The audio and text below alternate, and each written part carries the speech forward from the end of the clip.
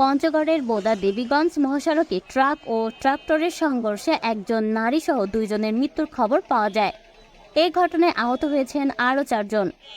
আজ সকালে বোদা উপজেলার চন্দনবাড়ি ইউনিয়নের কলাপাড়া নামক স্থানে এই দুর্ঘটনা ঘটে।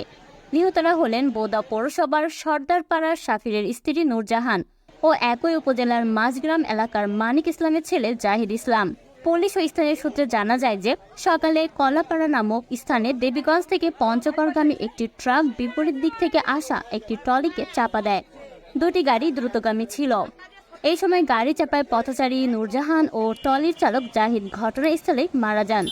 এতে আহত হন দুই গাড়ির আরও 4 জন। তাদের উদ্ধার করে বোদা উপজেলার স্বাস্থ্য কমপ্লেক্সে পাঠানো হয়েছে চিকিৎসার জন্য। বোদা থানার ভারপ্রাপ্ত কর্মকর্তা মোজাম্মেল হোসেন বিষয়টি নিশ্চিত করে বলেন, এই ঘটনায় আইনগত ব্যবস্থা নেওয়া হচ্ছে। দর্শক, ভিডিওটিতে একটি লাইক দিয়ে কমেন্ট করে আপনার মতামত জানাতে পারেন। আর আমাদের চ্যানেলটি ভালো লাগলে সাবস্ক্রাইব করে আমাদের পাশে থাকবেন। ধন্যবাদ।